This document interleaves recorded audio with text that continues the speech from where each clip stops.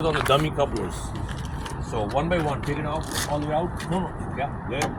So okay, so let me show it to you so everybody can see that. Everybody come on this side. This is a kind of a ridge made like for a seal. You put that seal on the ridge just like this, and then go downwards. And watch what happens. Right there. See there? That's a dummy coupler. That is how you secure your whole thing. No water is gonna go in there. No, nothing is gonna happen bad.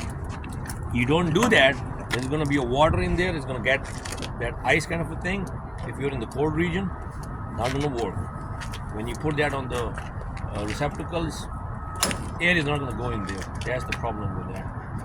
Got it. Okay, so all of these lines are there. Your release arm is all the way out, and look at this, your landing gear is on the floor. Now you're good to go. Okay, so you go in there, put your belt on, you pull forward, and then you're gonna go backwards and couple again with that trailer. Everybody's gonna do that. Nice and easy, there's no hurry, there's no nothing. Make sure you look in the mirror, and we talked about that. The body of your trailer, the tire has to be 4 inches inside the body, not outside. When you look at that, look at me. I'm talking about the tire. See that? The body is right here, and the tire is inside the body of that trailer, maybe like 4 inches. So if you manage that on this side, on the other right side, it's gonna have the same thing. If you're sticking out here, look at me. If you're sticking out here with the tire, you are already bad. You know that. That is how you're gonna look for. So, start it and then pull forward gently.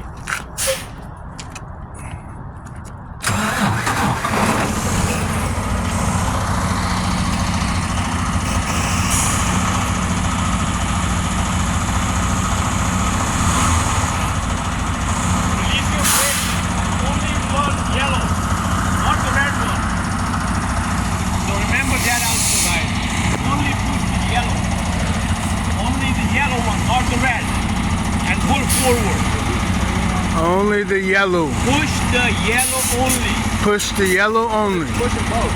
If you push the both, the red is going to leak air. That's it. It will. Because the filler is not hooked up. Keep coming. And stop. Now go backwards. And go slowly. Nice and easy. Keep going. Keep going. You're gonna see how the handle. Keep going. Nice. Keep going. Keep going and stop. And you come outside now. Get your yellow. Go to neutral. Neutral. And come outside. Good. So how would you know if you're going to tell him to stop? How would you know to stop? Now I'm trying to give you that information. Now, this is your back tire, right? You have to make a sense out of the whole thing. If this back tire is here, your fifth wheel is going to be somewhere here, right? Not a big deal. But it is not touching the trailer at all. It is away from that trailer. So here, doesn't matter. All you want to make sure is that the height of that trailer is okay or not. If it's too high from that skid plate, you have to crank that handle and bring it down. If it's too low, you have to make it go up. That is what you're looking for. Now when he came outside, what happened? It was all balanced and nice and smooth. So he doesn't have to balance anything. But in reality, when you go to other trailers, when you go and pick it up, you never know how they park, how did they do things. Was that a paved, place or dirt? Was it dirt? That landing gear can sink. You will see that when you go to other places where they don't have the paved, lot. So pay attention, guys. That's what happens with the loaded trailer. on the dirt surface and the rain happen or whatever, this thing is not going to be the way it was before. It will sink in there. So that's why you adjust your height. So right now he's good. He doesn't need any adjustment. All he wanted to make sure he came outside, he looked at that, he's all good. All you have to do is jump in back in there, put your belt on, keep on coming backward. When you hear that click, I want you to do right away tuck test, which means that put that in the D and give it a little bit gas. And that tuck test would be against what? What part of the trailer?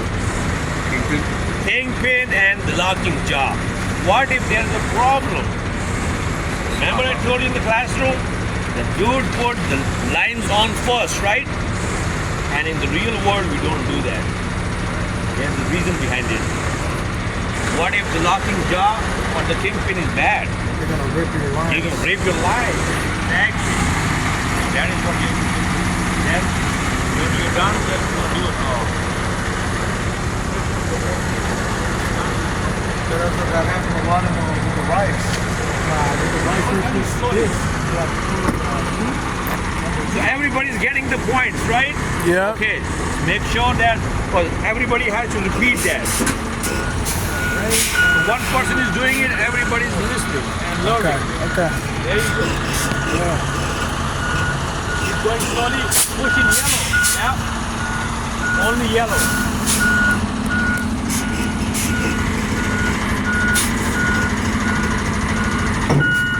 Yes. Keep going. Nice. Gentle, keep going. Keep going. That's it. That click. Now do a tuck test. That's good enough. See that it's not moving anywhere and it is holding it. So now get the yellow out and turn it off and go to neutral and come outside. So the coupling, one part is done, which is like kingpin and locking jaw. They are together now. Now what do you have to complete in one go? Put all these lines back on the trailer receptacles and the cable. From the top coming down, there you go. And one seal is sitting on the other seal. There you go, nice. Now goes. It doesn't matter which one you want to put it on first, but make sure you do it right. There's no such thing like, okay, but if you look at that, how this thing is made, your outer is, on the other side is blue. So if you go with the blue first, you're working your way out this way, and this makes sense. Okay, so if you put the red one here, then you have to just reach for that blue, and sometimes it's like, what the hell? Okay, done with that part. Look at that release arm is all the way in. Are you sure about that? Good. Now, do not underestimate of going under that trailer and checking that locking jaw and the kingpin. Every single time, guys, when you couple, this is the must thing to do. You cannot see it. It's nighttime, 5 in the morning, whatever. Get the flashlight. Check that whole thing. Maybe the tuck test was good. Yeah, from the bottom. Go under that. Maybe the tuck test you did was good, but the locking jaw was locked around that shank pin halfway. That can happen. So you may feel like everything is good, but no. And you know that I told you about the Walmart guy who just dropped that trailer on that industrial a few weeks back. Yeah, he dropped that whole freaking thing on that road because of them not checking that whole thing. And that happens. Yeah. When this thing is loaded, sometimes you never know.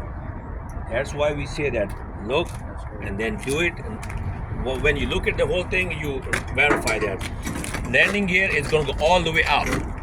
So now, okay, this is the one that you don't need a lot of power, but it's going to work for you. So when it's lifted a little bit up, then you push it all the way in, and then the other gear is going to fly. So right about here, push it all the way. There you go. Now watch. This is the big crank. A high gear. This is a high gear. The low gear, the one we were looking at, it was like a small movement. This is a bigger movement, but more power. Right here, you start that high gear. if you can start it in the low gear, the one that you were doing it before, it is going to make things easy for you. And by the time it's lifted off the ground, then all you have to do is crank it, just like he's doing it right now. But sometimes it's really tough. So there you go. And this is for, guys, coupling. Now you're ready to go and hit the road. Okay? Who wants to go second? There you go. Bring it all the way down just like he did. And guys, watch it. This is called how he's doing coupling. it and what's going on with that.